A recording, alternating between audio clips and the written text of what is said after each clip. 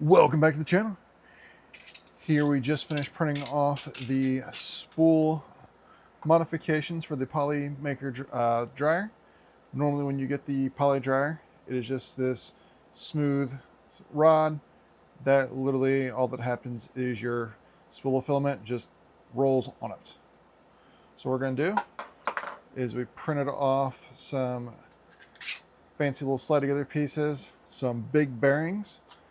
Now the best part about these bearings is this is actually what your spool of filament will sit on.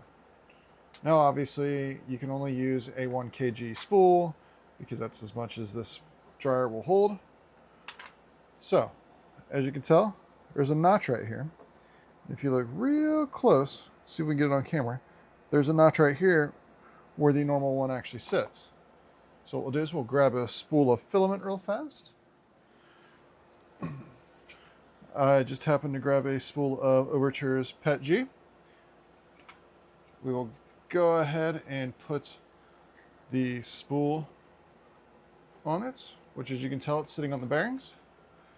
Now, one trick we have to make sure is that what we like to call the little Pac-Man is facing down.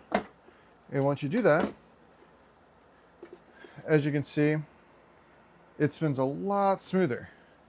Now for some of you who don't have a poly dryer, I'll take this out real fast. Let's see if I can do it without losing all the parts.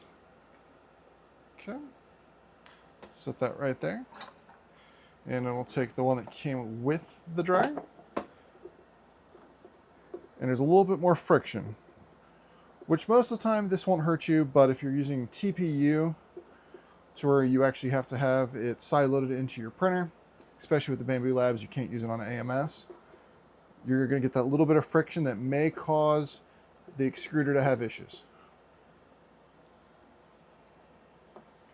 So if you like our videos, don't forget to like, subscribe, and stay tuned for more.